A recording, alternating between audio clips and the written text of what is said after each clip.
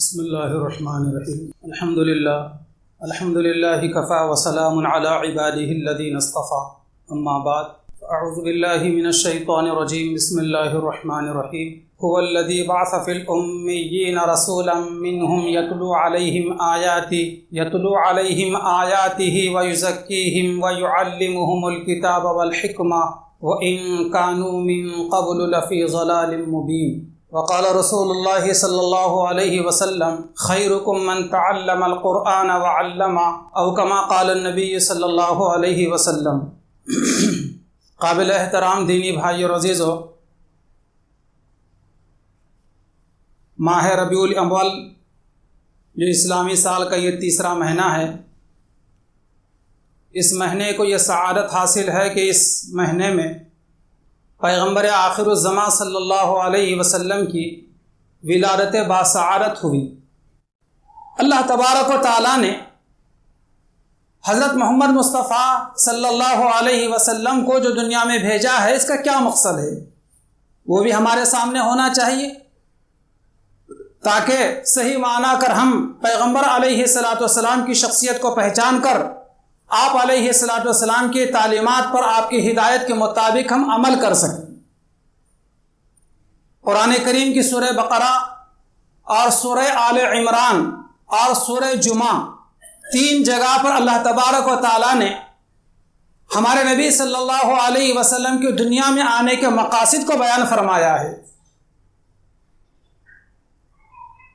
وہ کیا مقاصد تھے آپ علیہ السلام کے؟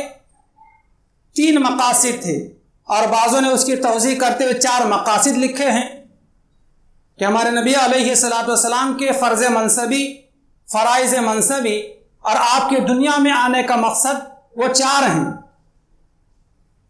ایک ہے اللہ کے بابرکت کلام قرآن کی تلاوت،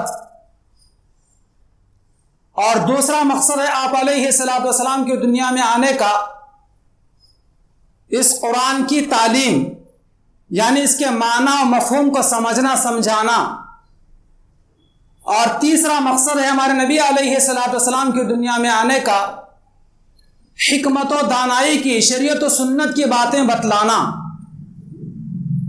اور چوتھا مقصد ہے ہمارے نبی علیہ السلام کی دنیا میں آنے کا اپنے امت کے لوگوں کا تزکیہ کرنا۔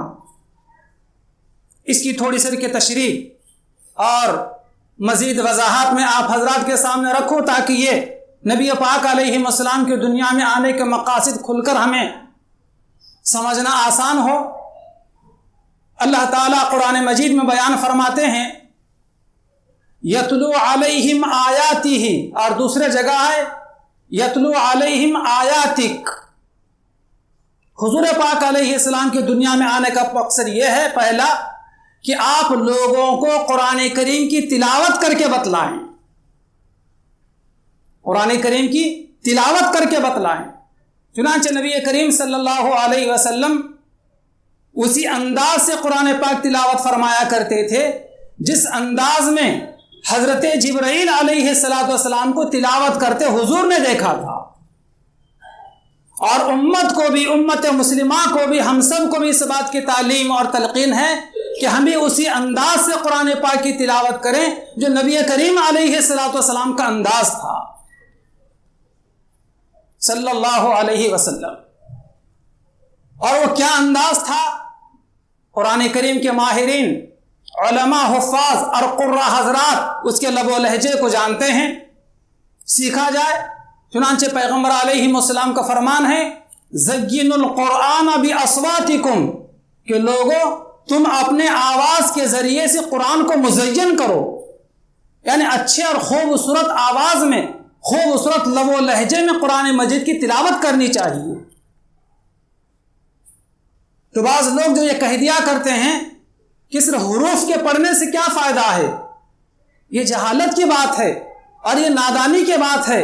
قرآن کے بارے میں کبھی یہ ہرگز کسی کی زبان پر نہیں آنا چاہیے کہ صرف قرآن کے الفاظ اور حروف پڑھنے سے کیا فائدہ۔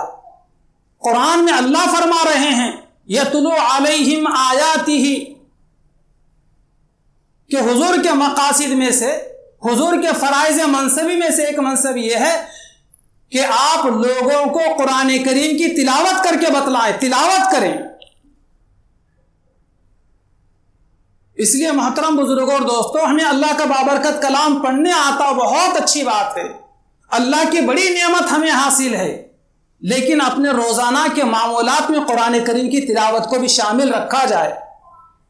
یہ نہیں کہ رمضان آئے گا تو قرآن کھول کر دیکھا جائے گا، کسی کا انتقال ہو جائے گا تو سورہ یاسین پڑھا جائے گا۔ اللہ تعالیٰ نے قرآن مجید اس لیے نازل نہیں فرمایا کہ صرف رمضان میں تلاوت کیا جائے اور کسی کے مرنے پر پڑھا جائے۔ حضور پاک علیہ السلام روزانہ قرآن مجید کی تلاوت کیا کرتے تھے، اور حضرات صحابہ میں سے بعض صحابہ ایسے تھے جو روزانہ ایک قرآن پڑھا کرتے تھے، ایک قرآن، اور بعض صحابہ 3 دن میں ایک قرآن ختم کیا کرتے تھے، اور بعضوں کی عادت یہ تھی، بلکہ امت کے صالحین کا یہ طریقہ رہا ہے کہ ہفتے میں ایک قرآن ختم کرنا۔ چنانچہ قرآن مجید میں 7 منزلیں ہیں، اسی مناسبت سے ہیں وہ کہ روزانہ ایک ایک منزل پڑھی جائے اور قرآن کریم ایک ہفتے میں ختم کیا جائے۔ لیکن اتنا بھی نہیں کر سکتے تو کم از کم ایک آدھ صفحہ صحیح، ایک آدھ پارا صحیح، آدھا پارا صحیح، لیکن روزانہ کے معمولات میں اگر ہمیں قرآن پڑھنے آتا ہو تو ضرور قرآن پڑھنا چاہیے۔ جو مسلمان روزانہ قرآن مجید کی تلاوت کرتے ہیں اس کی برکتیں اپنے آنکھوں سے دیکھتے ہیں، اور جو بہنیں ہمارے گھروں میں، جو ہماری خواتین اور بہو بیٹیاں روزانہ پابندی کے ساتھ گھر میں کچھ نہ کچھ قرآن پڑھتی ہیں، وہ بھی اس کی رحمتیں، اس کی برکتیں اور اس کے ذریعے سے ملنے والا سکون اور چین اپنے آنکھوں سے محسوس کرتی ہیں وہ۔ لیکن بڑے افسوس کی بات ہے کہ آج مسلمانوں کا طبقہ، کیا مرد اور کیا عورتیں اور کیا جوان اور کیا بوڑھے، سبھی قرآن سے دور ہوتے چلے جا رہے ہیں۔ کسی شاعر نے کیا خوب کہا ہے، وہ معزز تھے زمانے میں مسلمان ہو کر، معزز کے معنی عزت دار، وہ معزز تھے زمانے میں مسلمان ہو کر اور ہم خوار ہوئے تاریک قرآن ہو کر۔ ماضی میں لوگ قرآن مجید کی تلاوت کیا کرتے تھے تو عزت کا مقام انہیں حاصل تھا، اور جب سے مسلمانوں نے قرآن مجید کو پشے پشت ڈال دیا ہے، اس وقت سے گمراہی نے، ذلت نے، بے برکتی نے مسلمانوں کے گھروں کا دروازہ دیکھ لیا ہے۔ اس لیے بھائیو، اپنے آپ کو قرآن مجید سے وابستہ رکھیں، اور تلاوت کرنا قرآن مجید کے اندر جو بیان فرمایا گیا ہے کہ ایک خاص مقصد ہے۔ حضرت عبداللہ بن مسعود رضی اللہ تعالی راوی حدیث ہیں، بیان کرتے ہیں، من قرأ حرفا من کتاب اللہ تبارک و تعالی، جو مسلمان قرآن مجید کا ایک حرف تلاوت کرتا ہے، فلہ حسنۃ، اسے ایک نیکی ملتی ہے، والحسنۃ بعشر امثالها، اور اللہ تعالیٰ کا یہ قانون ہے کہ ایک نیکی کوئی کرتا ہے تو اللہ پاک اس کو 10 نیکیاں عطا فرماتے ہیں۔ لا اقول الف لام میم حرف، اللہ کے نبی فرماتے ہیں کہ الف لام میم یہ ایک حرف نہیں ہے، الالف حرف واللام حرف والمیم حرف، کہ الف لام میم 3 علیحدہ علیحدہ حرف ہیں۔ گویا ہم نے اپنے زبان سے الف لام میم کہا، اللہ تبارک و تعالیٰ اس پر ہمیں 30 نیکیاں عطا فرماتے ہیں۔ کتنی نیکیاں؟ 30 نیکیاں۔ کوئی مسلمان روزانہ اپنے معمولات میں، صبح میں یا شام میں یا صبح شام دونوں وقت، صرف ایک ایک صفحہ قرآن مجید کی تلاوت کر لے، ہزاروں نیکیاں اس کے نام اعمال میں آتی ہیں۔ اور ہم میں سے کوئی مسلمان ایسا نہیں ہوگا جو روزانہ 1000 گناہ کرے۔ کون ایسا مسلمان ہوگا؟ کون اتنا بدتمیز ہوگا؟ کون اتنا ناہنجار ہوگا جو روزانہ 1000 گناہ کرے؟ لیکن چند منٹ کے اندر 1000 نیکیاں مسلمان کما سکتا ہے۔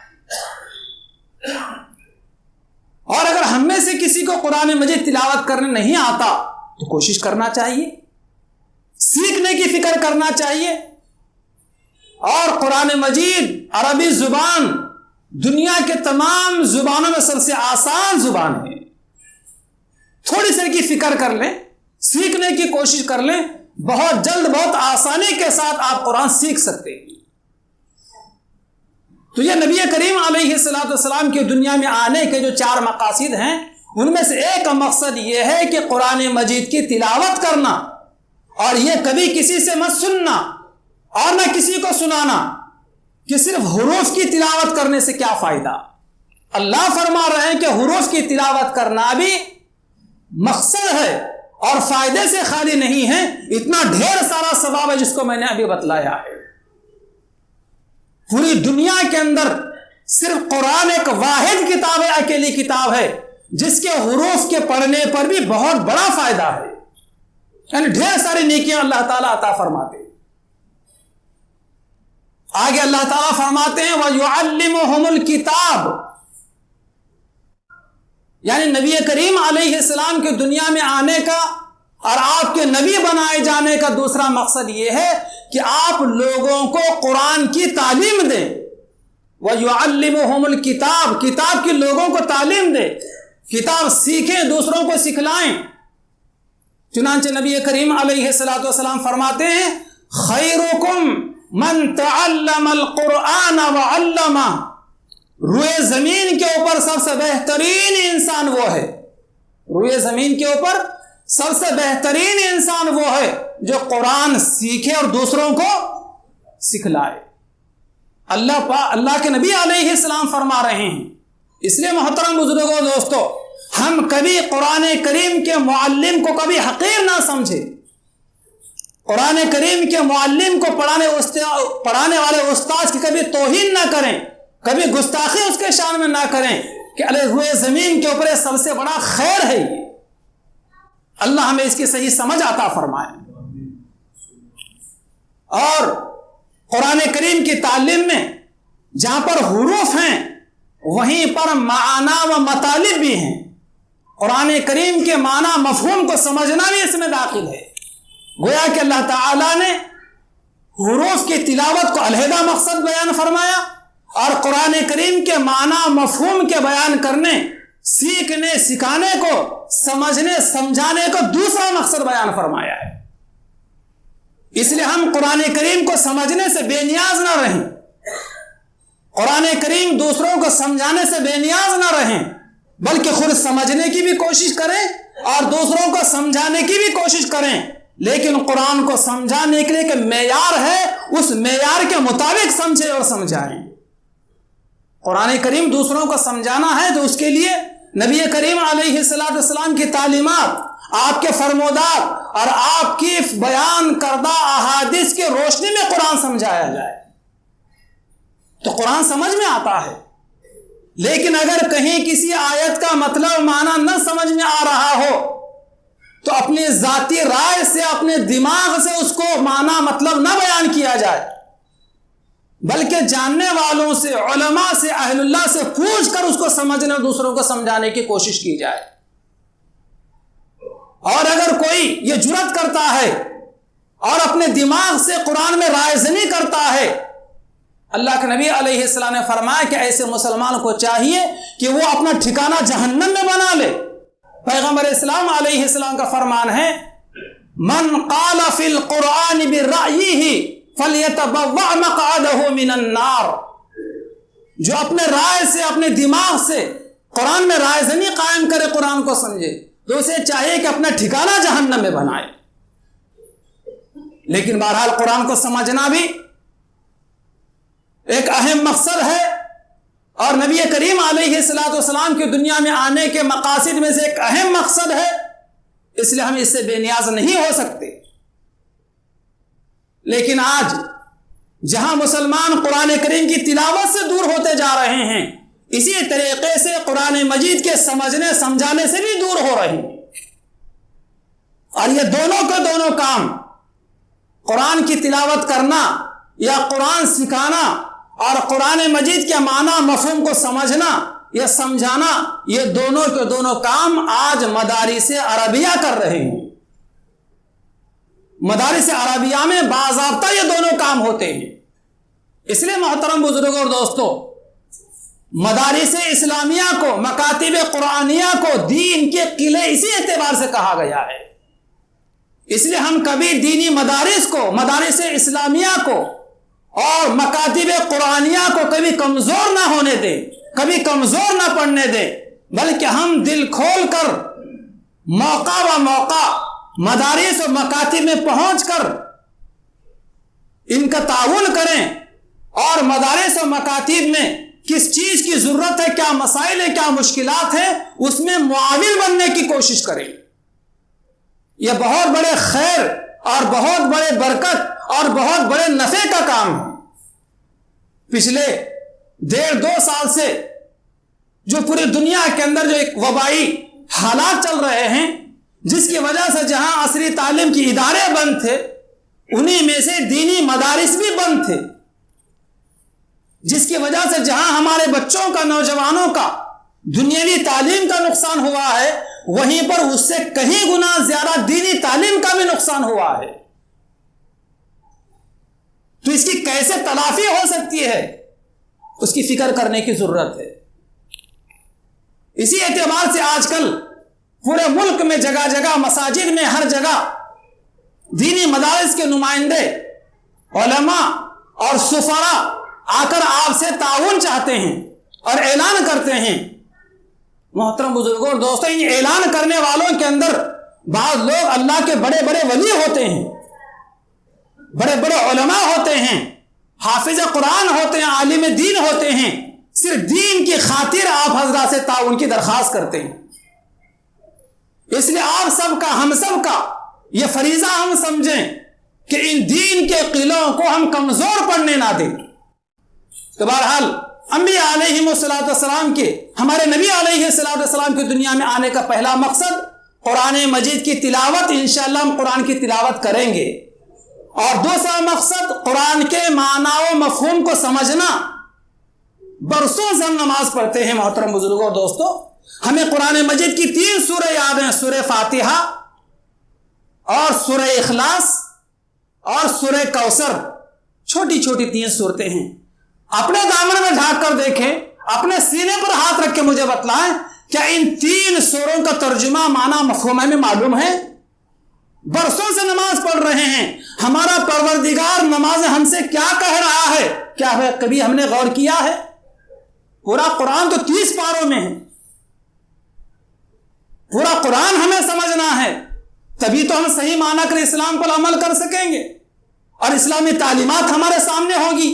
تھوڑا سر کا فراغ دلی کا مظاہرہ کرنے کی ضرورت ہے، وسعت قلبی سے کام لینے کی ضرورت ہے، تنگ ذہنی دین کے معاملے میں مناسب نہیں۔ پیغمبر اسلام علیہ السلام کی دنیا میں آنے کا تیسرا مقصد کیا ہے؟ والحکمہ، حکمت اور دانائی کی باتیں بتلانا۔ نبی کریم علیہ السلام دنیا میں تشریف لائے ہیں، کس قدر پاکیزہ، کس قدر صاف ستھری حکمت و دانائی کی باتیں بتلائی ہیں ہمیں، جن کو آج احادیث مبارکہ کہا جاتا ہے، جنہیں آج سنت نبویہ کہا جاتا ہے، اسی کا دوسرا نام شریعت و سنت ہے۔ حکمت کا دوسرا ترجمہ سنت و شریعت کیا گیا ہے۔ اس لیے محترم بزرگوں اور دوستوں، ہمارے لیے یہ بھی ضروری ہے کہ شریعت و سنت سے ہم جہاں واقف ہوں، اس کے مطابق ہمارا عمل بھی ہو۔ عمل سے بنتی ہے زندگی، جنت بھی جہنم بھی۔ عمل سے بنتی ہے زندگی، جنت بھی جہنم بھی۔ یہ خاکی اپنے فطرت میں نہ نوری ہے نہ ناری، یہ ہمارا جسم، یہ ڈھانچہ حقیقت کے اعتبار سے نہ جنتی ہے نہ جہنمی ہے۔ اس بدن سے، اس ڈھانچے سے جیسے اعمال ہوں گے ویسا فیصلہ ہوگا۔ اچھے اعمال ہیں، اچھے اخلاق ہیں، اچھے کردار ہیں، انشاءاللہ جنت کے لازوال نعمتیں ہمارا ٹھکانہ، ہمارا مقدر ہوں گی۔